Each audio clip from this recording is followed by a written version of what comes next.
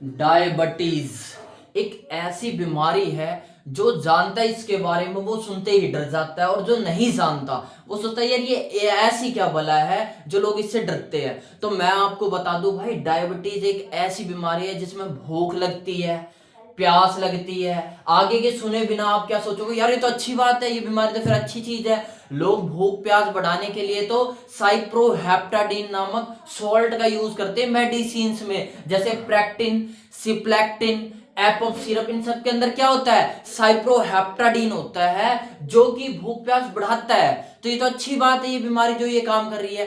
पर गलत कहां हो जाती है कि ये भूख प्यास बढ़ा रही है, आप ज्यादा पानी पियोगे, ज्यादा खाना खाओगे, लेकिन पचेगा नहीं, शरीर में लगेगा नहीं, एनर्जी नहीं मिलेगी, आपका लॉस वेट हो रहा है, बीपी बढ़ रहा है, किडनी खराब हो रही है। तो आपको अब समझ नहीं आ रहा यार इतना इनटेक करने के बाद भी आउटपुट क्यों नहीं आ रहा। तो इसी को कहते हैं डायबिटीज, जिसके अंदर क्या होगा, किडनी डैमेज होना स्टार्ट हो जाएगी, बीपी बढ़ जाएगा। ये ज्यादातर फैटी पीपल, जो मोटे लोग होते हैं उनके अंदर पाया जाता है, और जरूरी नहीं होता सिर्फ मोटे लोगों के अंदर ही पाया जाए, हो सकता है जो जेनेटिकली भी आ जाती है बीमारी, कई स्ट्रेस लेने के कारण भी आ जाती है। तो कैसे आती है वो समझते हैं। होता क्या है, इसके अंदर ग्लूकोज का लेवल बढ़ जाता है, शुगर लेवल जो होता है हमारी बॉडी में वो बढ़ जाता है। अब उससे क्या होगा, शुगर लेवल बढ़ जाता है तो अगर शुगर का लेवल बढ़ जाएगा तो उससे क्या होगा, सिंपली जो सेल है वो सेल, हमारी जो सेल्स है वो एक्सेप्ट नहीं कर पा रही ग्लूकोज को, इसलिए ग्लूकोज लेवल बढ़ गया है। तो हम क्या बोल देते हैं, इसे शुगर हो गया है। इससे हमारी बॉडी को एनर्जी नहीं मिल पाती। समझते क्यों नहीं मिल पाती? तो देखो, हम कह सकते हैं कि सेल हमारी, हम कह सकते हैं कि भाई हमें जरूरत है एनर्जी की। क्या बोला, कोई भी आदमी हो, एक एक्स पीपल है, कोई एक्स व्यक्ति है, ठीक है भाई। अब इसे आप सबको पता है कि भाई इसे एनर्जी की रिक्वायरमेंट होगी। हम बने किससे, सेल से। एक्स पीपल भी किससे बना हो, कोई भी आदमी होगा वो बना किससे होगा, सेल से बना होगा, मेड अप ऑफ सेल। कहने का मतलब कि हमें एनर्जी चाहिए, मतलब सेल को एनर्जी चाहिए। सेल को क्या चाहिए, एनर्जी चाहिए, ठीक है। अब सेल एनर्जी मिलेगी कैसे, सेल को एनर्जी मिलेगी कैसे, जब ग्लूकोज का ब्रेकडाउन होगा सेल के अंदर तो एनर्जी मिलेगी। तो आप समझते हैं शुरू से कैसे होता है। पहले हम खाना खाते हैं, नॉर्मल से हम एक चीज समझते हैं कि भाई हमने खाना खाया, क्या करा हमने, फूड को इनटेक करा, हमने क्या करा, खाना को खाया, जब हमने खाना खाया तो क्या हुआ, हमारे अंदर क्या गया, फूड मॉलिक्यूल्स गए, जिसमें क्या होगा, 3-4 चीज मेनली होगी। कौन कौन से होंगे, एक तो प्रोटीन होगा, फैट होगा, और क्या होगा तीसरा, कार्बोहाइड्रेट, ठीक है। अब याद रखना कि कार्बोहाइड्रेट को हम कार्ब्स बोल देते हैं, ठीक है। प्रोटीन किस में कन्वर्ट हो जाएगा, एमिनो एसिड में, और फैट किस में कन्वर्ट हो जाएगा, फैटी एसिड में। ये एमिनो एसिड में कन्वर्ट हो जाएगा और ये फैटी एसिड में कन्वर्ट हो जाएगा। बट ग्लूकोज में कौन सा मॉलिक्यूल कन्वर्ट होगा, कार्बोहाइड्रेट कन्वर्ट होगा ग्लूकोज में। ये सारी प्रोसेस कहां हो रही होगी, जब हमने खाना खाया तो ये सारी प्रोसेस हो रही होगी हमारी एलिमेंट्री कैनाल में, आहार नाल में ये सारी प्रोसेस हो रही होगी। अब आपको थोड़ा सा रिकैप करवा दूं, क्या रिकैप करवाते हैं, पैनक्रिया के बारे में। पैनक्रिया होता कहां है, एलिमेंट्री कैनाल का ही एक पार्ट होता है पैनक्रिया, जो कि कहां होता है, जस्ट बिलो स्टमक। स्टमक आपने पढ़ा होगा, ऐसा होता है, आर्म शेप होता था, फिर वहां से ड्यूडेनम जुड़ती थी। तो जो एलिमेंट्री कैनाल में, क्या बोला मैंने, जस्ट बिलो, ये क्या है, स्टमक है, स्टोमेटा नहीं, स्टोमेटा किसमें होता है, लीव्स में होता है। और ये क्या है, डियोडेनम किसका पार्ट था, स्मॉल इंटेस्टाइन का। स्मॉल इंटेस्टाइन का मतलब ये नहीं है छोटी है, इसका मतलब ये पतली है, ठीक है। उसमें ही आपको और थोड़ा सा याद करवा दूं तो एक और पार्ट था जिनका नाम क्या बोलते थे हम, जैजुनम। क्या नाम था? जैजुनम। एक का नाम क्या था? ड्यूडेनम। एक का नाम क्या था? जैजुनम। जैजुनम। स्पेलिंग कोई सी हो सकती है, मतलब समझो। और तीसरा पार्ट कौन सा था? थोड़ा सा डाइजेस्टिव ट्रैक्ट भी बता ही देता हूं मैं। तीसरा पार्ट जो था उसका नाम था इलियम। ड्यूडेनम, जाडेसम और इलियम। इलियम। अब मेरी बात को समझो, क्या बोला मैंने? पैनक्रिया कहाँ होता है ये बताना चाह रहा था मैं। तो पैनक्रिया बताता हूं भाई। पैनक्रिया यहां होता है। क्या होता है? पैनक्रिया यहां होता है, ठीक है। और ये पैनक्रिया है, पहले मैं लिख देता हूं पैनक्रिया है, ये पैनक्रिया है। पैनक्रिया है। मैं अभी आपको समझा रहा हूं कि हमारा फूड जो ग्लूकोज है वो डाइजेस्ट कैसे होता है, ये कार्बोहाइड्रेट डाइजेस्ट कैसे होता है, ठीक है। तो पहले हमने खाना खाया, खाने के अंदर प्रोटीन था जो एमिनो एसिड में टूट गया, फैट था जो फैटी एसिड में टूटेगा, और कार्बोहाइड्रेट जो ग्लूकोज में टूटेगा। तो ये टूटेगा कैसे ग्लूकोज, ये समझते हैं, ठीक है। तो पहले हम समझते हैं कि एलिमेंट्री कैनाल में हो रही है सारी प्रोसेस, ठीक है। यानी अभी ये ब्लड स्ट्रीम में गया नहीं है, अभी ये एलिमेंट्री कैनाल में, आहार नाल में है खाना, तो ऐसे से ये टूट रहा है। उसके बाद अब देखो एलिमेंट्री कैनाल में पैनक्रिया कहाँ है? पैनक्रिया है यहां पर, ड्यूडेनम से अटैच है, अटैच है पैनक्रिया। अब याद रखना ड्यूडेनम में सेल्स होती है, जिसे मैं लिख देता हूं।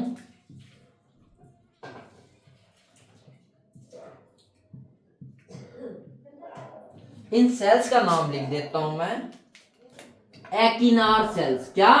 Cold as acinar cells. कई लोग इसे एसिनार सेल भी बोल सकते हैं, तो हम कुछ ही बोल देंगे, मतलब समझो बस, ठीक है। मेनली और कई लेक्चरर इसे एक्टिनार सेल की जगह एसिनार सेल बोलते हैं, कुछ भी बोल सकते हो। तो जो ये एक्टिनार सेल्स है, इनका काम क्या है? इनका काम है रिलीज या सीक्रेट्स। सीक्रेट्स क्या सीक्रेट करेगी ये? डाइजेस्टिव, डाइजेस्टिव जूस, जो कि क्या काम करेंगे? Digestive juice. डाइजेस्ट करवाने में हेल्प करवाएंगे, किसकी डाइजेशन? फूड की। जो कि क्या करेंगे? Will digest the food, will digest the food. Food में मेनली कौन सा? कार्बोहाइड्रेट। अब देखो इनमें होगा क्या, इसके अंदर क्या होगा आपको थोड़ा सा याद करवा दो। अल्फा अमाइलेज, एमाइलेज याद रखना। ये जो कार्बोहाइड्रेट है सिर्फ इसी में नहीं, थोड़ा थोड़ा हर जगह एब्जॉर्प्शन होता है, लेकिन कंप्लीट एब्जॉर्प्शन स्मॉल इंटेस्टाइन में होता है। क्या बोला मैंने? जो कार्बोहाइड्रेट है वो throughout the alimentary canal, क्या? Throughout, throughout the alimentary canal, alimentary canal, mouth से। क्या बोला मैंने? पूरे माउथ से थोड़ा थोड़ा डाइजेशन हर जगह होता है, किसका? कार्बोहाइड्रेट का। सलाइवरी ग्लैंड जब सलाइवा रिलीज करते हैं तो भी कुछ ना कुछ अमाउंट में कार्बोहाइड्रेट का ब्रेकडाउन होता है, लेकिन कंप्लीट ब्रेकडाउन कहां होता है? ये होता है ड्यूडेनम से रिलीज आते हैं डाइजेस्टिव जूस, उससे होता है। तो ड्यूडेनम, जैजुनम, इलियम ये मिलकर क्या बनाते हैं? Small intestine. लिख दूं मैं?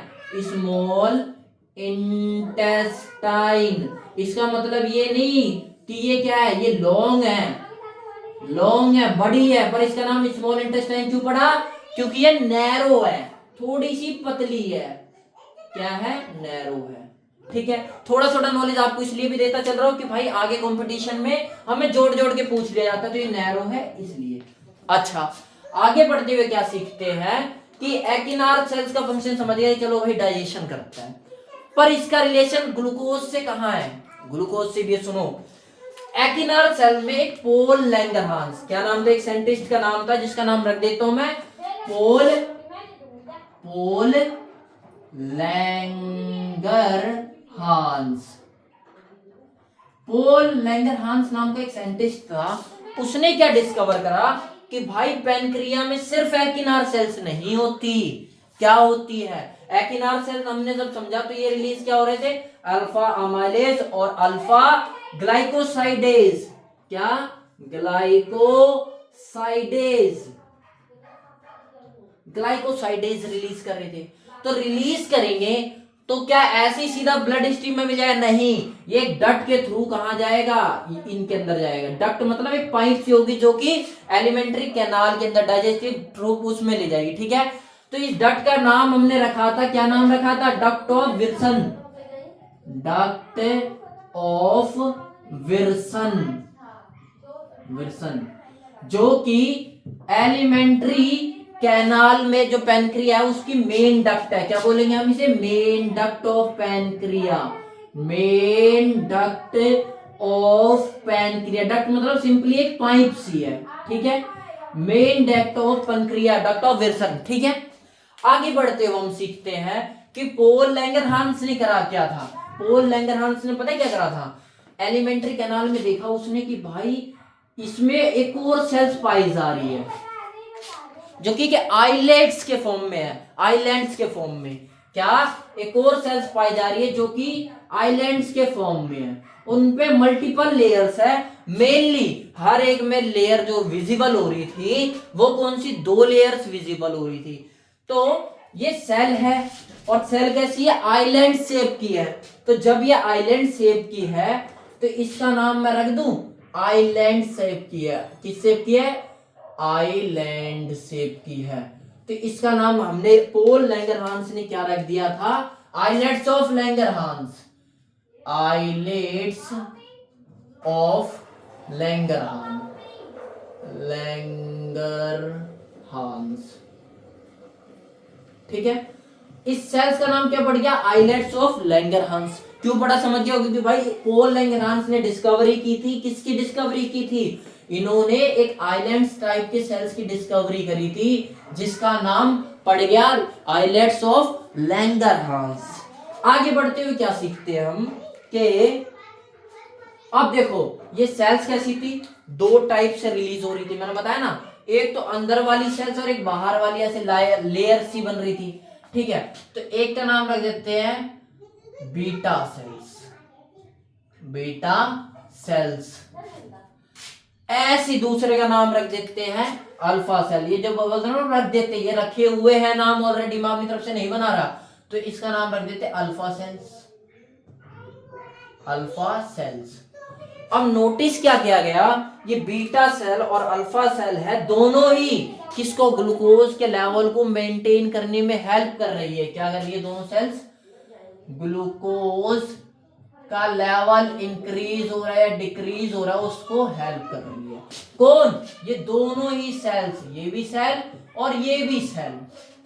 कैसे कर रही है समझो। जब बॉडी में ज्यादा ग्लूकोज हो जाता है तो याद रखना ग्लाइकोजन को बॉडी में ग्लूकोज में, जब मैंने अभी क्या बोला? ग्लूकोज का लेवल ज्यादा हो जाता है तो याद रखना इनके अलावा एक और सेल्स काम आ जाते हैं जिन्हें बोलते हैं हम हिपैटोक्राइट सेल। यहां नीचे लिख दूं, इंपॉर्टेंट पॉइंट है हिपैटोसाइट।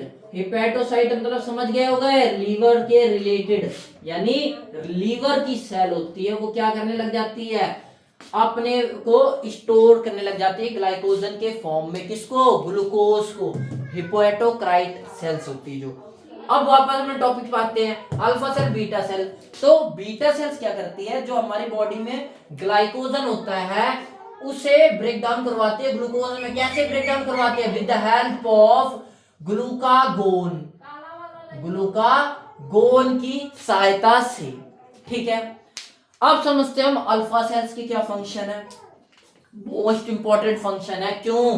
क्योंकि ये रिलीज कर रही है इंसुलिन, इंसुलिन।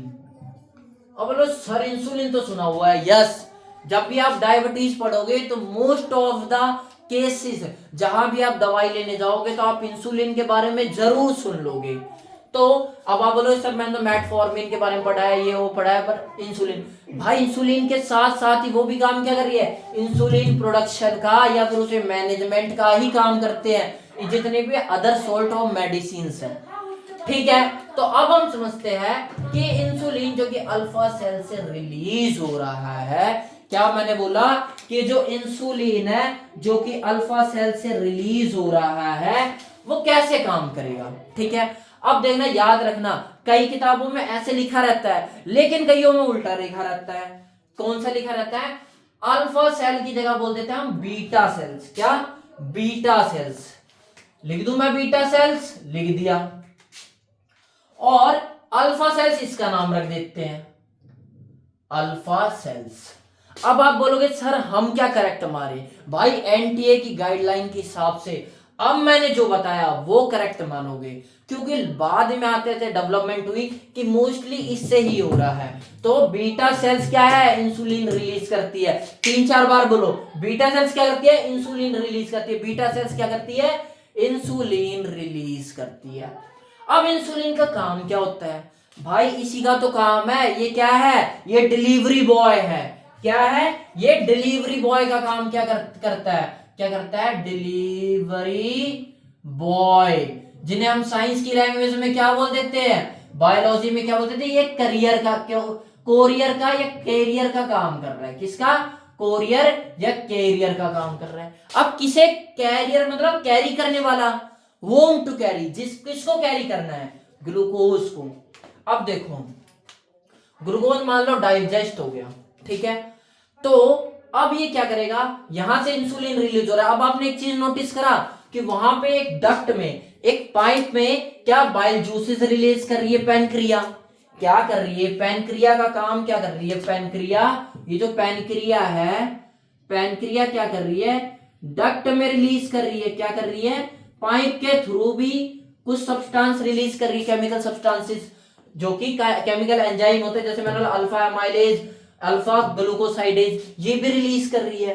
प्लस एक और काम कर रही है। क्या काम कर रही है? इंसुलिन रिलीज कर रही है। कहां पे इंसुलिन रिलीज कर रही है? Into blood stream, blood stream में डायरेक्ट। अब देखो, इंसुलिन ब्लड स्ट्रीम में रिलीज कर रही है पैनक्रिया, और इसमें भी जब कोई डक्ट में रिलीज होता है तो हम ऐसी ग्लैंड को क्या बोलते हैं? एक्सोक्राइन। और जब ब्लड में रिलीज होगा सीधा ब्लड के अंदर तो एंडोक्राइन, एंडोक्राइन। अब ये दोनों फंक्शन कर रही है, तो क्या हम पैनक्रिया को हिट्रोक्राइन ग्लैंड या हिट्रोक्रोनी बोल सकते हैं? बिल्कुल बोल सकते हैं। जब दोनों काम परफॉर्म कर रही है तो इसे हम क्या बोल देंगे? हिट्रोक्रोनी ग्लैंड, हिट्रोक्रोनी या फिर हिट्रोक्रेटिक ग्लैंड। किसका नाम टेक देंगे हम? किसका? पैनक्रिया का। किसका नाम टेक देंगे? पैनक्रिया का नाम हम ये रख सकते हैं, क्योंकि दोनों तरीके से काम कर रही है। इंपॉर्टेंट है, ये बहुत बार एग्जाम में पूछा गया है, ठीक है। ये दोनों काम कैसे कर रही है? क्योंकि इंसुलिन ब्लड स्ट्रीम में डायरेक्ट भी रिलीज कर रही है और डक्ट के थ्रू डाइजेस्टिव जूसेस भी रिलीज कर रही है, जिसके अंदर डाइजेस्टिव एंजाइम्स होते हैं जो ब्रेक डाउन ऑफ फूड करेंगे। अब देखो, अब समझो बात आगे कैसे बढ़ी। हमने खाना खाया था, स्टार्टिंग में काम क्या करा था? हमने खाना खाया था। अब ये खाना टूटाया, जब कार्बोहाइड्रेट और ग्लूकोज में कन्वर्ट हो गए। अब ये ग्लूकोज क्या होगा? एक प्रोसेस होगी जिसका नाम क्या था? एसिमिलेशन। क्या नाम था? एसिमिलेशन, एसिमिलेशन, मिलेशन। अब इसकी फुल वो मतलब बताओ तो एक बच्चा बोलेगा खड़ा होके कि भाई ये एक ऐसी प्रोसेस है जिसमें फूड के जो मॉलिक्यूल्स है वो एब्जॉर्ब होते हैं ब्लड स्ट्रीम में। बिल्कुल सही बात है, absorption of food molecules into blood stream और इनटू द सेल, सेल के अंदर लेके आना ही प्रोसेस क्या कहलाती है? एसिमिलेशन कहलाती है। अब करते भाई इनका एसिमिलेशन, मतलब हमारी बॉडी है, बॉडी में तुम्हें पता है सारी जगह एक चीज कॉमन है। क्या चीज कॉमन है? हमारी ब्लड वेसल्स, ब्लड वेसल्स हमारी कॉमन है। ये बना देता हूं भाई मैं किडनी, किडनी। ये बना देता हूं मैं हार्ट, ये बना देता हूं मैं लंग्स, ताकि तुम्हें क्लियर हो जाए हार्ट, लंग्स और उनका फंक्शन क्या है। देखो कुछ नहीं, मोटा मोटा बताऊंगा कि पहले ब्लड क्या होगा? लंग्स से ऑक्सीजन लेगा तो ये क्या बन जाएगा? Oxygenated blood. पहले तो डीऑक्सीजनेटेड ब्लड हमारे में पंप करता है, फिर हार्ट के पास आएगा, हार्ट से क्या? लंग्स जुड़ा रहेगा, जिससे वो क्या लेगा? ऑक्सीजनेटेड ब्लड, O2 ले लेगा। O2 जाएगा किसमें? किडनी में। और किडनी की स्मॉल या स्ट्रक्चरल यूनिट को हम क्या बोलते हैं, नेफ्रॉन बोलते हैं। क्या बोलते हैं, नेफ्रॉन बोलते हैं, नेफ्रॉन बोलते हैं। ठीक है, अब किडनी फिल्टर करके किस में भेज देगी, सेल्स में भेज देगी। किसको भेज देगी, फूड के मॉलिक्यूल्स को।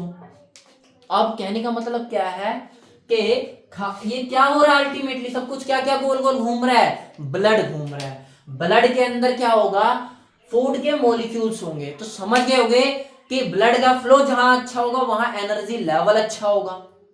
नॉर्मल केसेस में ब्लड का फ्लो जहां पे अच्छा होगा वहां पे एनर्जी लेवल ऑटोमेटिक अच्छा होगा। जब हम एक्सरसाइज करते हैं तो पूरे बॉडी में ब्लड दौड़ता है और हमारी बॉडी स्वस्थ रहती है क्योंकि न्यूट्रिशन पूरी पहुंच सकती है। तो एक फंडा बायोलॉजी में क्लियर कर लो कि न्यूट्रिशन कहां होता है, न्यूट्रिशन कहां होता है भाई, न्यूट्रिएंट कहां होते हैं, कहने का मतलब तो न्यूट्रिएंट होते हैं ब्लड स्ट्रीम में, ब्लड स्ट्रीम में। ठीक है,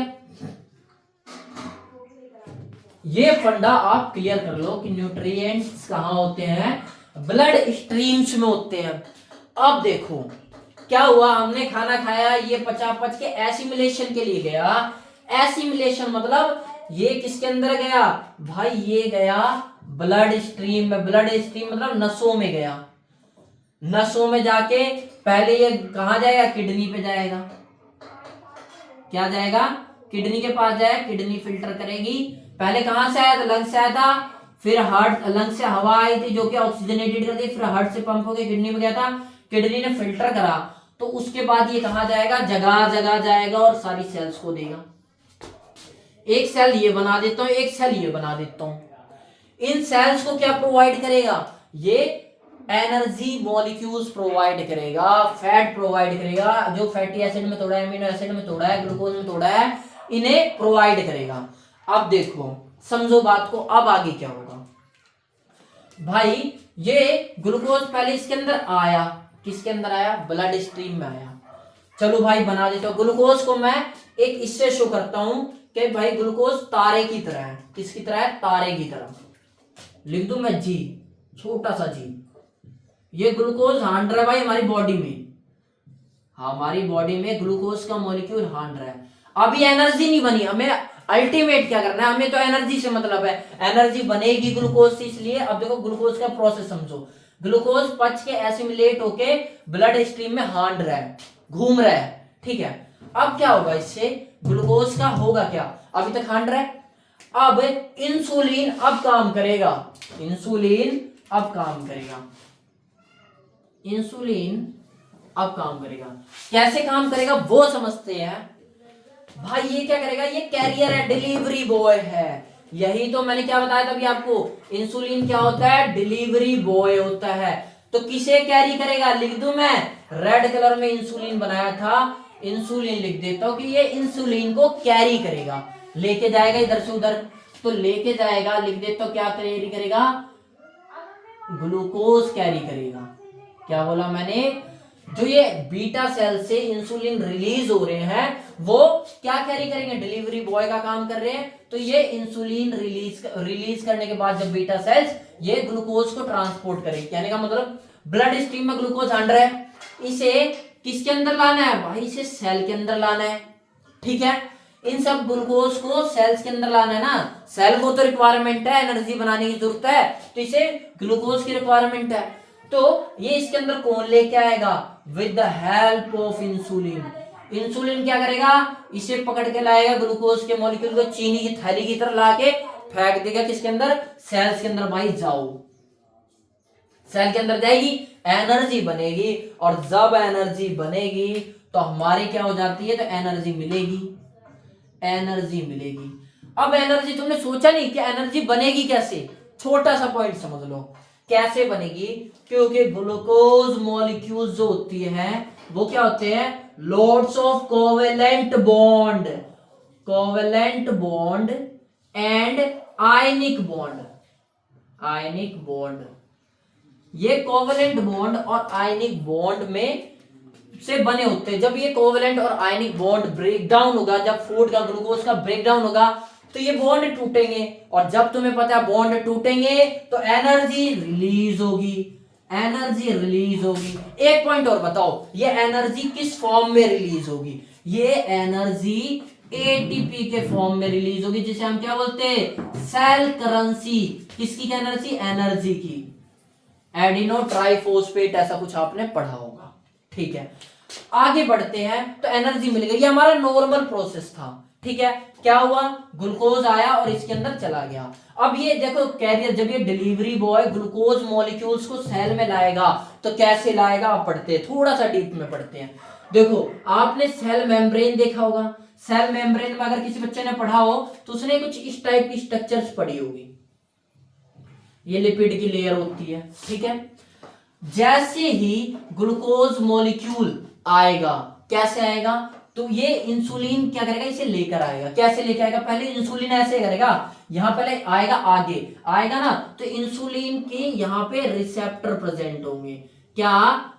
इंसुलिन का यहाँ पे सेल रिसेप्टर प्रेजेंट होंगे जो कि इंसुलिन को पहचानने का काम कर रहे हैं।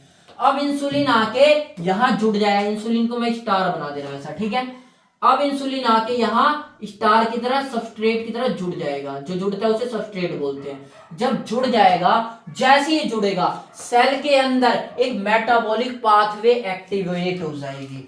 क्या हो जाएगी? मेटाबॉलिक पाथवे एक्टिव हो जाएगी, पाथवे एक्टिवेट हो जाएगी।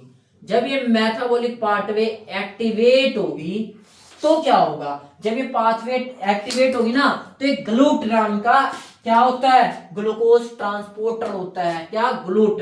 लिख दो बड़े बड़े अक्षरों में, GLUT, ग्लूकोज ट्रांसपोर्टर। क्या? ग्लूकोज ट्रांसपोर्टर या इंसुलिन ट्रांसपोर्टर कह सकते हैं। ठीक है, तो ये क्या करेगा? ये वेसाइकल टाइप का होता है।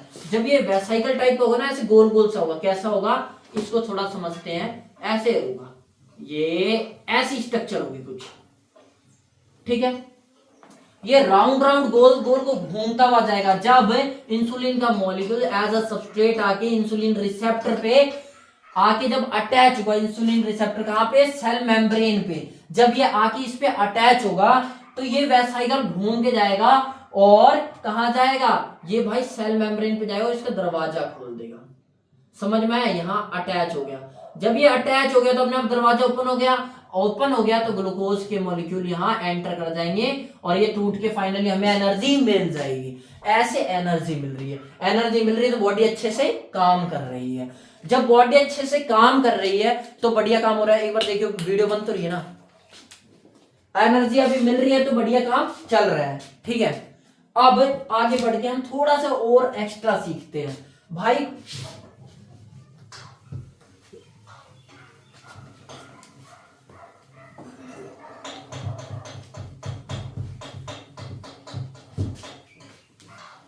एनर्जी अभी तक मिल गई और काम बढ़िया चल रहा है, लेकिन डायबिटीज में ऐसा क्या हो जाता है कि यार एनर्जी मिलना बंद हो जाती है। मतलब कहीं ना कहीं फंडा होगा कि या तो इंसुलिन नहीं बनेगा या बनेगा तो ग्लूकोज को कैरी नहीं कर पाएगा, ऐसी कुछ।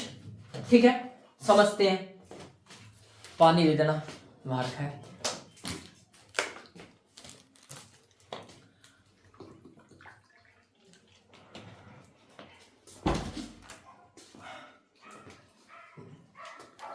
भाई अब पढ़ते हैं डायबिटीज। अभी तक हमने क्या सीखा है कि सेल के अंदर कैसे ग्लूकोज का ब्रेकडाउन होने के बाद वो पच जाएगा और पचने से एनर्जी बनेगी जो हमारे काम आएगी। अब डायबिटीज सीखते हैं। लिख दो डायबिटीज, लिख देता हूं डायबिटीज। अब डायबिटीज याद रखना, डायबिटीज में भी दो टाइप होते हैं। अब जैसे ही मैंने दो टाइप बोला आपके दिमाग में आएगा या वन टाइप होता है डायबिटीज, वन टाइप यानी टाइप 1 डायबिटीज, टाइप 2 डायबिटीज। ये बहुत फेमस है, लेकिन याद रखना ब्रो ऐसा नहीं है, ये तो बाद का क्लासिफिकेशन है। अभी फर्दर क्लासिफिकेशन हो उसमें होगा डायबिटीज टाइप 1 टाइप 2। अभी समझो कौन कौन सी होती है। एक होती है मेलाइटस, एक होती है इंसिपीडियस। क्या होती है? एक मेलाइटस और एक होती है इंसिपीडियस। लिख दूं? इंसिपीडियस और एक होती है मेलाइटस, मेलाइटस, ठीक है।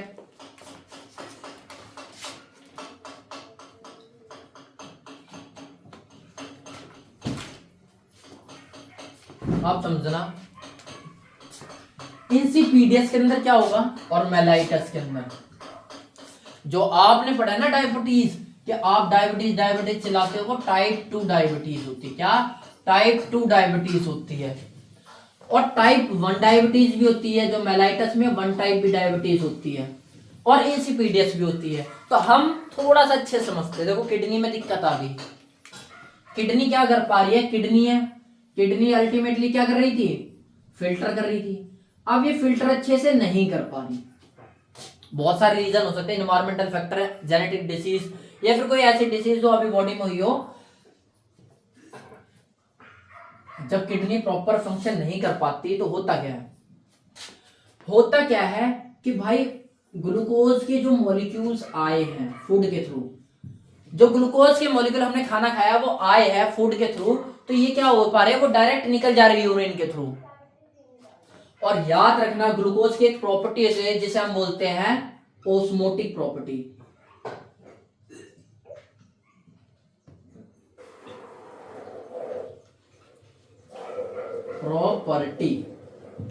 अब याद रखना ऑस्मोटिक प्रॉपर्टी मतलब ये वाटर रिटेंशन करते हैं। क्या करते हैं, लिख दूं,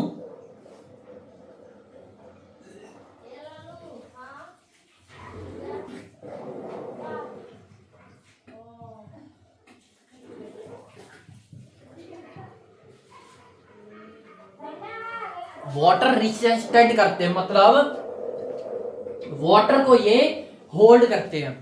जब ग्लूकोज वाटर को होल्ड करेगा, मतलब जब वो किडनी से फिल्टर होकर डायरेक्ट निकल जाएगा तो वो पानी भी लेके आएगा। जब वो यूरिन के थ्रू निकल जाएगा तो ज्यादा पानी आएगा, जब ज्यादा पानी आएगा तो हमें ज्यादा प्यास लगेगी।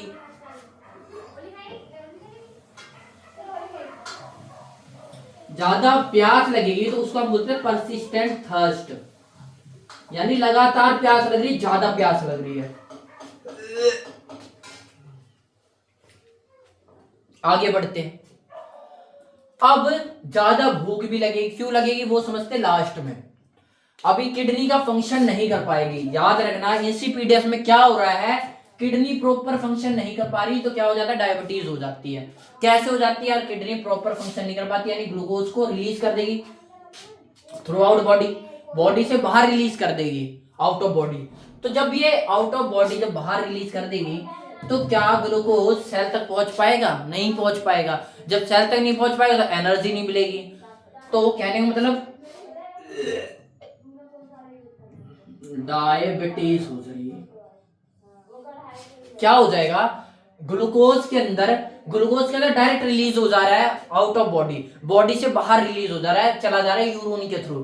तो जब ग्लूकोज को नहीं मिलेगी तो ग्लूकोज क्या होगा, टेस्टिंग में आएगा कि भाई ग्लूकोज लेवल बढ़ गया है। जब यूरिन टेस्ट होगा तो हमें पता चलेगा यार इसका तो ग्लूकोज लेवल बढ़ा आ रहा है, तो ग्लूकोज लेवल बढ़ा आ रहा है। तो अब अगर ग्लूकोज का लेवल बढ़ा आ रहा है तो हम कह सकते हैं ना कि इसे डायबिटीज हो रखी है, तभी तो बढ़ा आ रहा है। अब डायबिटीज इसका नुकसान क्या है सर, भाई नुकसान सिंपल है ना, जब ग्लूकोज बाहर निकल जाएगा सेल तक नहीं पहुंचेगा तो सेल एनर्जी कैसे बनाएगी, जब एनर्जी नहीं बनाएगी तो एनर्जी कम होगा। एनर्जी लेवल जब कम होगा तो हम क्या पूरे दिन का काम कर पाएंगे, नहीं कर पाएंगे। इसलिए ग्लूकोज लेवल कम होने से एनर्जी नहीं मिल पा रही, और इसी को क्या बोलते हैं, इस कंडीशन को डायबिटीज। कौन सी डायबिटीज, डायबिटीज में इंसिपीडियस डायबिटीज, ठीक है। अब मेलाइटस 1 और 2 समझते हैं। मेलाइटस 1 क्या होता है, मान लो कोई वायरस आया, क्या आया तुम्हारी बॉडी में, कोई वायरस आया, खतरनाक सा वायरस आया ही करता हुआ, ठीक है। अब तुम्हारी बॉडी को उसने अटैक कर दिया, जैसी बॉडी पर अटैक करेगा बॉडी क्या करेगी, एंटीबॉडीज रिलीज करेगी इसे मारने के लिए। क्या रिलीज करेगी, एंटीबॉडीज। मान लो ये आ रही है एंटीबॉडीज, इन्होंने क्या करा, वायरस को मार दिया। अब मारने के बाद क्या हुआ, इसने वायरस को मार दिया। जब इन्होंने वायरस को मार दिया, अभी भी एंटीबॉडीज बहुत सारी बच गई। ये गलती से जाके क्या हुई, हमारे बीटा सेल्स, क्या बीटा सेल्स पे जाके इन्होंने अटैक कर दिया। किसने? अपनी ही एंटीबॉडीज ने। काम क्या था इनका कि ये वायरस को मारेगी। किसको? वायरस को खत्म करेगी। वायरस के साथ साथ ये जाके बीटा सेल्स पे अटैच होगी और तुम्हें पता है एंटीबॉडीज जहां जाके अटैच होगी उस सेल्स को किल करना स्टार्ट कर देगी। तो अब ये क्या करेगी? इस सेल को किल करना स्टार्ट कर देगी, मारेगी इसे। अब एक बात बताओ, बीटा सेल काम क्या कर रहा था? इंसुलिन रिलीज करने का। इंसुलिन रिलीज करने का काम कर रहा था। ठीक है। अब अगर इंसुलिन रिलीज क्या अब हो पाएगा? नहीं रिलीज होगा। इंसुलिन जो है, इंसुलिन रिलीज नहीं हो पा रहा। पहले केस में तो समझ गए किडनी में दिक्कत थी, यहां पे क्या हुआ? बीटा सेल्स ही खत्म हो गए। ठीक है। हो सकता है जो पुराने जेनेटिक हो, जेनेटिक्स में मतलब फादर से जो प्राप्त हो, उनके अंदर ऑलरेडी क्या हो?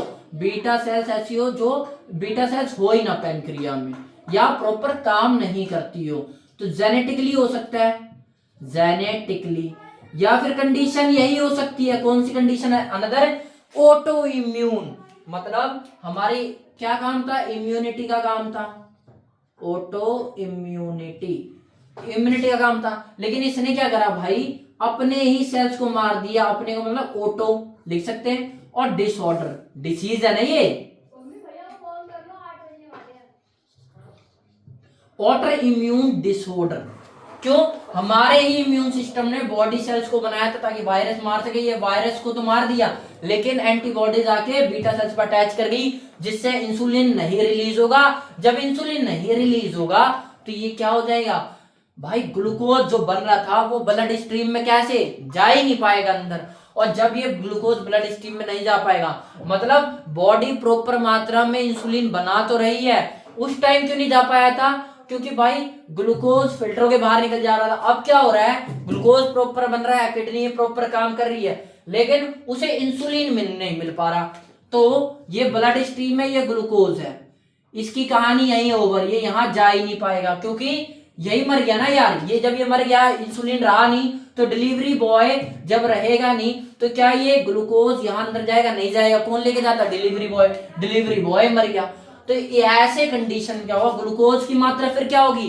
ब्लड स्ट्रीम में तो थी सेल्स की बात कर रहा हूं। मैंने क्या बोला कि ग्लूकोज का मॉलिक्यूल है, ये क्या है? ब्लड स्ट्रीम में है। ये कहां आएगा? सेल्स के अंदर आएगा। सेल्स के अंदर कब आएगा? जब इंसुलिन लेके आएगा। और इंसुलिन गया भाई मर। अब क्या होगा? ग्लूकोज आएगा नहीं तो ब्लड स्ट्रीम में ग्लूकोज का लेवल ज्यादा शो होगा चेकिंग के वक्त, तो हम क्या बोलेंगे? डायबिटीज हो गई है। नुकसान क्या हुआ कि ग्लूकोज का मॉलिक्यूल अंदर आ नहीं पा रहा सेल के अंदर, तो सेल एनर्जी नहीं बना पाएगा, एनर्जी नहीं बना पाएगा। अब थर्ड केस समझते हैं। पहला समझ गए इंसिपिडियस में, अब मेलाइटस में टाइप 1 समझ गए। ये कौन सा था? टाइप 1, ये जो कंडीशन हुई है। अब टाइप 2 डायबिटीज समझते हैं। टाइप 1 लिख दूं? ऐसे करके बना दे ताकि आप समझ जाओ कि ये कितनी कहानी थी इसके अंदर। ठीक है। अब टाइप 2 में क्या होगा? टाइप 2 समझो। टाइप 2 क्या होगा? बढ़िया बीटा सेल्स काम कर रही होगी, लेकिन सेल क्या होगी? इंसुलिन रेजिस्टेंस बन जाएगी। कैसे बन जाएगी? इसके ऊपर एक छोटी सी कहानी समझते हैं। देखो क्या हुआ कि पहले लोग, जब हम आदि मानव थे, हम आदिवासी टाइप के थे सारे के सारे, तो बढ़िया जानवर मार के खा लिया करते, जो हमें फूड मिलता था वो खा लिया करते थे। तो नेचुरल फूड जब हम खाते थे तो उसके अंदर एक बैलेंस डाइट होती थी। क्या होता था? प्रोटीन भी प्रॉपर मात्रा में होता था, फैटी एसिड भी होता था, विटामिन भी होते थे, सब कुछ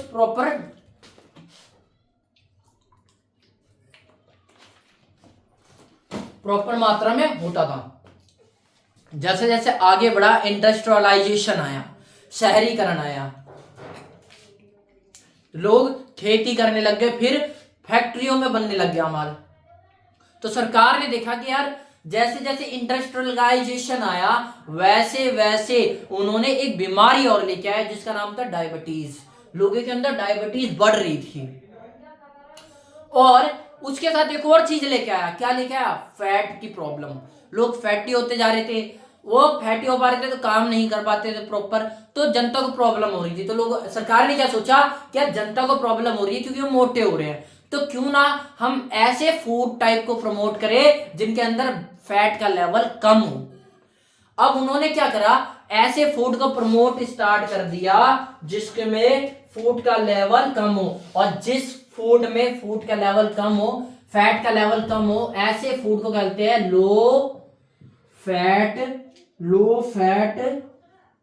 फैट डाइट। क्या? ऐसे फूड जिसके अंदर फूड फैट का लेवल कम हो। सरकार ने अच्छा ही सोचा कि यार हमारी जनता मोटी नहीं होगी, तो लो फैट डाइट को प्रमोट करना स्टार्ट करा। तो इससे क्या हुआ, जो ये बीमारी, क्या कौन सी बीमारी, डायबिटीज, जो बीमारी थोड़े से लोगों में आ रही थी, अब पता चला भाई ये तो ज्यादा ही लोगों में आ गई, ले भाई और केसेस बढ़ गए। कैसे बढ़ गए, उसका सिंपल सा कारण समझो, थोड़ा सा बायोलॉजी में जाना पड़ेगा। देखो सेल क्या करती है, इसके पास क्या था, सेल के पास क्या था, सेल के पास इंसुलिन था, जो कि एक दरवाजे की तरह काम करता था। किसकी तरह, डोर की तरह काम करता था। किसकी तरह, एक डोर की तरह काम करता था, जिससे जब ग्लूकोज के मॉलिक्यूल आते थे, वेसाइकल तुम्हें पढ़ाया था भी एंट्रोनी का, तो जब ग्लूकोज के मॉलिक्यूल आते थे तो इसे अंदर बुला लिया करते। अब एक बात बताओ, ज्यादा ही तुम क्या खाने लगे, सरकार ने क्या रिलीज किया, low fat diet. Low fat diet का मतलब आप खुद समझो, फैट नहीं होगा तो उसके अंदर दो ज्यादा चीज क्या होगी, फैट नहीं होगा तो उसके अंदर क्या बताया था मैंने, एक प्रोटीन ज्यादा हो जाएगा, प्रोटीन ज्यादा हो जाए, और कार्बोहाइड्रेट ज्यादा हो जाएगा, कार्बोहाइड्रेट ज्यादा हो जाएगा। जब ये ज्यादा हो जाएगा मतलब खाना खाया हमने, प्रोटीन कार्बोहाइड्रेट ज्यादा मिल रहा हमें, जब हमें ये ज्यादा मिलेगा तो ग्लूकोज ज्यादा बनेगा, ज्यादा बनेगा तो ज्यादा इंसुलिन प्रोड्यूस होगा। क्या होगा, इंसुलिन ज्यादा प्रोड्यूस होगा। जब इंसुलिन बार बार ज्यादा प्रोड्यूस होगा तो थक जाएगा भाई, थक जाएगा, और एक टाइम आएगा कि बंद कर देगा रिलीज करना ही। तो अगर बंद कर दिया, क्या बंद कर दिया, तो ऐसी डायबिटीज क्या होती है, टाइप 1। क्या बोला मैंने, या तो क्या हो जाएगा इसके अंदर, मैंने क्या बोला, टाइप 1 डायबिटीज में कि ऑटो इम्यूनिटी से हो जाएगा इंसुलिन रिलीज बंद होना, या फिर इतना ग्लूकोज आ रहा है, ओबेसिटी का केस याद रखना यहां भी पाया जाता है। अब लोग सर ये पढ़ाते पढ़ाते यहां क्यों आ गए, क्योंकि भाई दोनों में प्रॉब्लम है, ओबेसिटी की यहां भी है, यहां भी है, दोनों में है। केसेस वेरिएंट करते पर टाइप 1 डायबिटीज भी हो जाती है, 2 भी हो जाती है। मोस्टली याद रखना, जब भी कोई बोले डायबिटीज तो याद रखना मोस्टली अगर उसने स्पेसिफाई नहीं करा तो टाइप 2 डायबिटीज होगी, क्योंकि ये 90% केसेज में यही होता है। ये किसमें, ये 9 से 10% में ये होता है, ये 0.5% में, 0.5% के समथिंग में ये केसेस होता है। यानी हर 25,000 लोगों में से एक को होता है ये, और ये तो हर 9-10 में से एक को मिल ही जाएगा डायबिटीज आजकल। तो क्या होगा कि भाई जब ये ग्लूकोज एंटर हो रहे थे, ज्यादा ही ग्लूकोज आने लग गया, जैसे इंडस्ट्रियलाइजेशन आया, क्या आया, इंडस्ट्रियलाइजेशन आया, तो क्या हुआ, खाना ऐसा है जिसके अंदर कार्बोहाइड्रेट ज्यादा था, कार्बोहाइड्रेट मतलब ग्लूकोज ज्यादा था, तो इतना ज्यादा ग्लूकोज को पचाने के लिए हमारी पैनक्रियाटिक सेल्स में जो बीटा सेल्स उससे ज्यादा काम करना पड़ गया। ज्यादा काम करते करते क्या हुई, बीटा सेल थक गई। क्या हुई, जो बीटा सेल थी वो थक गई। क्या होगी, बीटा सेल्स गेट टायर होगी, थक गई, तो इंसुलिन प्रोडक्शन रोक देगी। जब इंसुलिन प्रोडक्शन रोक देगी तो ये कैसी डायबिटीज बताया था, टाइप 1 टाइप डायबिटीज। टाइप 1 के 2-3 कारण समझ गए आप, या तो जेनेटिकली हो सकता है, या फिर ऑटो इम्यून डिसऑर्डर होगा, या तो इतना ज्यादा तुमने ग्लूकोज के मॉलिक्यूल खा लिए कि भाई पैनक्रियाटिक सेल जो बीटा सेल था वो थक गई और रिलीज करना बंद कर दी। एक और क्या समझते हैं, अब देखो डायबिटीज कैसे बढ़ी, मैं यही समझा रहा था आपको। ये आया इसके अंदर, ठीक है, तो क्या हुआ, ब्लड की जो सेल है उसने क्या किया, बढ़िया बढ़िया एनर्जी बना ली, ज्यादा एनर्जी बना ली, तो बॉडी मॉलिक्यूल्स को उसने किस में कन्वर्ट कर दिया, अपने आप ही फैट मॉलिक्यूल्स में कन्वर्ट करना स्टार्ट कर दिया। अब एक बात बताओ, तुम्हारे पास कोई ज्यादा सामान की जरूरत नहीं होती, क्या तुम खरीदते हो, नहीं खरीदते, वैसी सेल है, जब उसे ग्लूकोज पर्याप्त मात्रा में मिल गया, इनफ अमाउंट में मिल गया, तो क्या वो ग्लूकोज को दोबारा बार बार लेगी, ज्यादा ग्लूकोज आ गया तो आपने ऐसी डाइट खाई है जिसके अंदर ग्लूकोज ज्यादा है, क्या ज्यादा है, ग्लूकोज ज्यादा है, क्योंकि कार्ब्स क्या बनेंगे, अल्टीमेटली ग्लूकोज में कन्वर्ट होंगे। ग्लूकोज ज्यादा है तो कहने का मतलब क्या है, ये अंदर बार बार आएंगे तो फैट में थोड़ा बहुत कन्वर्ट करके जब और एक्सेस हो जाएगा तो ये भाई अपने दरवाजे बंद कर देगी। भाई अब मैंने जैसा होता है कि भाई पर्स खोल के अभी परचेजिंग कर रहे हैं, जब हमें लगा इनफ सामान हो गया तो हमने पर्स को जेब में डाल लिया। ऐसे ही सेल क्या करेगी, अपने दरवाजे क्लोज कर लेगी। जब ये दरवाजे क्लोज कर लेगी जिससे ग्लूकोज एंटर हो रहा था, तो भाई ग्लूकोज था कहाँ, ब्लड स्ट्रीम में था, फिर ग्लूकोज का लेवल फिर राइज हो जाएगा, तो हम क्या बोलेंगे, इसे डायबिटीज हो गई है। ठीक है, डायबिटीज हो गई है। क्यों हुई है, इस कारण नहीं कि अभी इंसुलिन के जो मॉलिक्यूल बीटा सेल से रिलीज हो रहे तो थक गए, नहीं, इस कारण हुई है क्योंकि डायबिटीज 2 क्यों हुई है, क्योंकि सेल रेजिस्टेंस हो गई है। सेल रेजिस्टेंस हो गई है। रेजिस्टेंस का मतलब हो गई है कि ये भाई विद्रोही निकल गई है, इसने बंद कर दिया, रेजिस्ट करना स्टार्ट कर दिया, रोकना स्टार्ट कर दिया ग्लूकोज मॉलिक्यूल को एंटर आने से। तो cell resistance is the biggest cause of diabetes 2। ठीक है, और क्या कारण हो सकते हैं याद रखना, मैंने बताया जैसे ओबेसिटी का यहां पे था, यहां भी ओबेसिटी काम करती है। और क्या काम करेगा, तीसरा चौथा पॉइंट, एक क्या हो गया सेल रेजिस्टेंस, दूसरा हो गया ओबेसिटी, तीसरा होता है जेनेटिकली। जेनेटिकली, ठीक है, जेनेटिकली भी भाई ऐसे सेल्स आ जाते हैं जो कि बीटा सेल्स, जिनमें सेल्स होता है वो सेल रेजिस्टेंस होता है किसके प्रति, ग्लूकोज मॉलिक्यूल्स के प्रति। तो हम क्या बोलेंगे, एक कारण ये भी हो गया भाई। और क्या होगा, और इसमें कारण क्या हो सकता है कि भाई जेनेटिकली के साथ साथ देखो क्या होता है, और 2-3 चीज अच्छी अच्छी समझते हैं। क्या अच्छी चीजें समझते हैं कि भाई अल्टीमेटली इन सब के अंदर हो क्या रहा है, ग्लूकोज लेवल बढ़ रहा है, और ग्लूकोज लेवल क्योंकि पच नहीं रहा, बढ़ रहा है, बस बढ़े जा रहा है। तो जब ग्लूकोज लेवल बढ़ेगा, क्या ग्लूकोज लेवल बढ़ेगा, कहने का मतलब मैं ये कह सकता हूं कि ब्लड का वॉल्यूम बढ़ेगा। क्या, ब्लड का वॉल्यूम बढ़ेगा। अब आप कंफ्यूज कि भाई ग्लूकोज लेवल बढ़ रहा है तो ब्लड का वॉल्यूम क्यों बढ़ रहा है, इसमें ऐसा क्या है। अरे भाई ग्लूकोज है कहाँ, ग्लूकोज है तो ब्लड स्ट्रीम में, ब्लड की नसों में ही तो है, ब्लड के पाइप के अंदर तो ग्लूकोज है। तो जब ग्लूकोज की मात्रा बढ़ेगी तो ब्लड का जो पाइप होगा वो भी तो थोड़ा प्रेशराइज होगा, उसके अंदर उसी के अंदर तो बढ़ रहा है। तो जब ये प्रेशराइज होगा मतलब ब्लड प्रेशर बढ़ेगा, और ब्लड प्रेशर बढ़ने को ही हम क्या बोल देते हैं, हाई बीपी। तो याद रखना कि ग्लूकोज क्या होता है, जो डायबिटीज होता है वो हाई बीपी कोज करता है। ठीक है, एक और पॉइंट अच्छे से समझ लेते हैं कि एक बात बताओ, कभी कभी ऐसा होगा कि सेल को रिक्वायरमेंट होगी किसकी, एनर्जी की, सेल भूखी है लेकिन वो रेजिस्टेंस हो सकती है, उसके दरवाजे बंद हो। ठीक है, या फिर मान लो ऐसा हो जैसे इंसुलिन यहां बन ही नहीं रहा था, सबसे बढ़िया केस टाइप 1 डायबिटीज में, सेल भूखी है, इंसुलिन बन नहीं रहा है। क्या हो रहा है, इंसुलिन बन नहीं रहा है, तो सेल भूखी है तो वो क्या करेगी भाई, ग्लूकोज की जो मॉलिक्यूल्स है उसे अट्रैक्ट करने की कोशिश करेगी कि ग्लूकोज के मॉलिक्यूल के अपने अंदर ले पाऊं। पर डिलीवरी बॉय तो है नहीं जो पहुंचा सके। जब डिलीवरी बॉय नहीं है तो वो क्या करेगी भाई, उसे तो एनर्जी चाहिए, उसे अपने एनर्जी से मतलब है, तो वो क्या करेगी, हमारे अंदर प्रोटीन्स होते हैं जो और अदर मॉलिक्यूल्स होंगे, और क्या कीटोन्स के मॉलिक्यूल्स होते हैं, कीटोन्स होते हैं, और क्या फैट के मॉलिक्यूल्स होते हैं। तो इन सबको लैक ऑफ एनर्जी, एनर्जी के लैक के कारण इसे तोड़ना स्टार्ट कर देगी।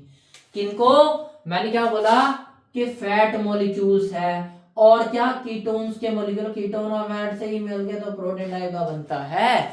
जब इन्हें तोड़ना स्टार्ट कर देगी, क्या करेगी, ब्रेक डाउन स्टार्ट कर देगी, इनका ब्रेक डाउन स्टार्ट हो जाएगा। ब्रेक डाउन स्टार्ट हो जाएगा, तो आप समझ रहे हो यार, एनर्जी से किससे मिलनी चाहिए, कार्बोहाइड्रेट थे, क्योंकि प्रोटीन फैट इन सबका तो अलग काम है। इनका काम तो जैसे प्रोटीन का अमीनो एसिड, ये क्या करेगा, मसल्स को बनाएगा। बनाएगा कब, जब यही टूट जाएगा। तो जब इनका ब्रेकडाउन स्टार्ट होगा तो बॉडी अच्छे से ग्रो नहीं कर पाएगी, तो ऐसी कंडीशन बोलते हैं कीटो, क्या बोलते हैं, फैट या कीटो एल्डोसिस, कीटो एल्डोसिस, क्या बोलते हैं हम, keto aldoses. Aldehyde group, ketones group, ये अदर मॉलिक्यूल्स है, रात्र दिन break down of carbohydrate, carbohydrate को छोड़ के दूसरे और मॉलिक्यूल्स को ब्रेक डाउन स्टार्ट कर दे रही है। जब ये अदर मॉलिक्यूल्स को ब्रेक डाउन स्टार्ट करेगी तो हम क्या लेंगे, कीटो एल्डोजेनेसिस। और कहीं कहीं पे इसी को ऐसे लिख देते कीटो एडिसोजेनेसिस। क्या, कीटो एडिसोजेनेसिस, क्या, एडिसोसिस, कीटो एडिसोसिस। सिंपल सा मतलब है कि टूटना चाहिए था कार्बोहाइड्रेट एनर्जी के, लेकिन टूट अदर मॉलिक्यूल्स रहे हैं, ठीक है। तो ऐसी कंडीशन को बोलते हैं कीटो एल्डोजेनेसिस। तो हमारी बॉडी अच्छे से ग्रो नहीं कर पाएगी, ठीक है। आगे समझते हैं फैटी लोगी में। अब देखो आप सिंपल सा मतलब समझना कि भाई इंसुलिन, अगर इंसुलिन बढ़ेगा, क्या बोला मैंने, इंसुलिन बढ़ेगा तो ग्लूकोज लेवल कम होगा, ये बढ़ेगा नॉर्मल केसेस में।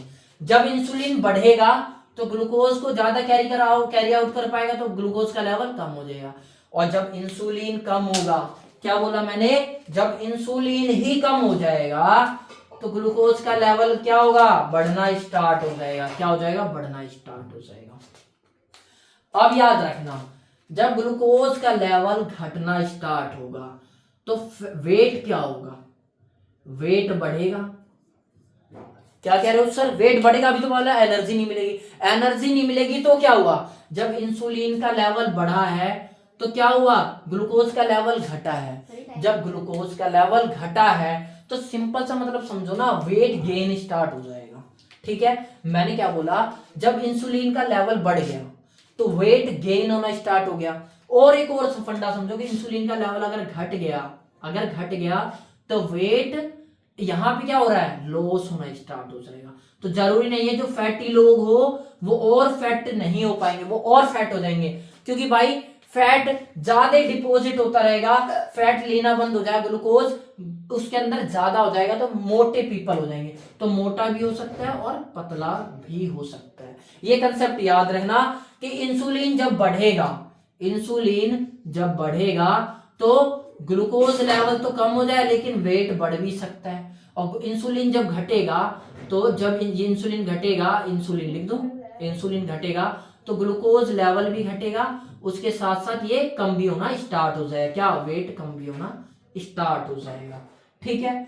आज के लिए इतना बहुत है। आई होप आपको समझ में आएगा कि कहां से आप सब कुछ समझ गए कि भाई जब हमारे अंदर हमने खाना खाया तो पेट में डाइजेस्ट हुआ, पेट में जब डाइजेस्ट हुआ, डाइजेशन होने के बाद जब ब्लड में एसिमिलेशन की प्रोसेस स्टार्ट हुई तो ब्लड वेसल्स कहां से गुजरेगी, पैनक्रियास से, पूरी बॉडी में फैली हुई ना, पैनक्रियास से गुजरेगी। तो पैनक्रियास जब गुजरेगी तो उसकी बीटा सेल्स नोटिस करेगी, भाई इसके अंदर तो ब्लड की वेसल्स गुजर रही है और ब्लड वेसल्स में ज्यादातर ग्लूकोज है। जब वो इसे पता चलेगा ग्लूकोज है तो पैनक्रिया बीटा सेल्स को ट्रिगर करेगी, इंसुलिन रिलीज करेगी। जब इंसुलिन रिलीज करेगी तो नॉर्मल फंक्शन परफॉर्म हो रहे होंगे। आई होप आपको समझ में आया होगा कि मोटे लोगों में ज्यादातर क्यों होती है, और जरूरी नहीं है कि डायबिटीज होने के बाद मोटापा घटे, बढ़ भी सकता है। ये तो डिपेंड करता है कि कौन से केसेस चल रहे हैं। आई होप आज का लेक्चर समझ में आया होगा। भाई राम राम सारा।